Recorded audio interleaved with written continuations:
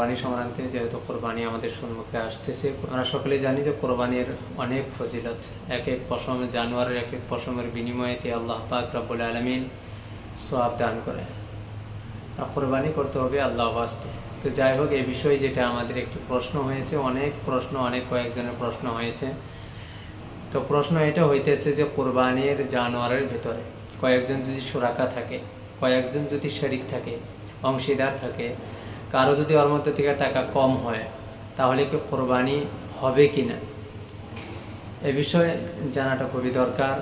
যে কম বেশি হইলে তাহলে কোরবানি হবে কি না, বলতেছেন হুজুর আমরা তো শুনছি যে কম বেশি হইলে কোরবানি হয় না, তাহলে কি মাসলা? তাহলে এই বিষয়ে ভালো করে জেনে রাখবেন যে বড় জানোয়ারের ভিতরে 7টি ভাগ হয়। এবার কারো টাকা যদি কম আসে, তাহলে আমাদের দেখতে হবে জানোয়ারটির দাম কত।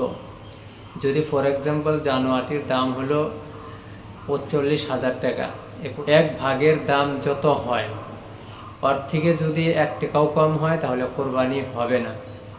আর যদি ওর থেকে বেশি আসে তাহলে কোরবানি হয়ে যাবে।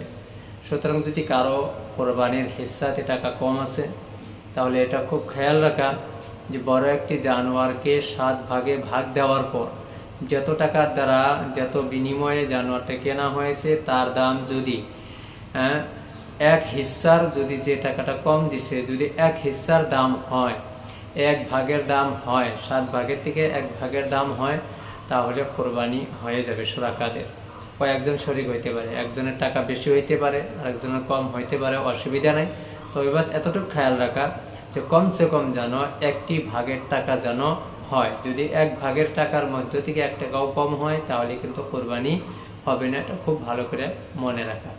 তো ইনশাআল্লাহ তাআলা আশা করি আপনারা এই মাসলাটি বুঝে গিয়েছেন যে যদি কারো টাকা কম হয় তাহলে কতটুকু কম হইলে কোরবানি চলবে আর কতটুকু কম হইলে কোরবানি চলবে না।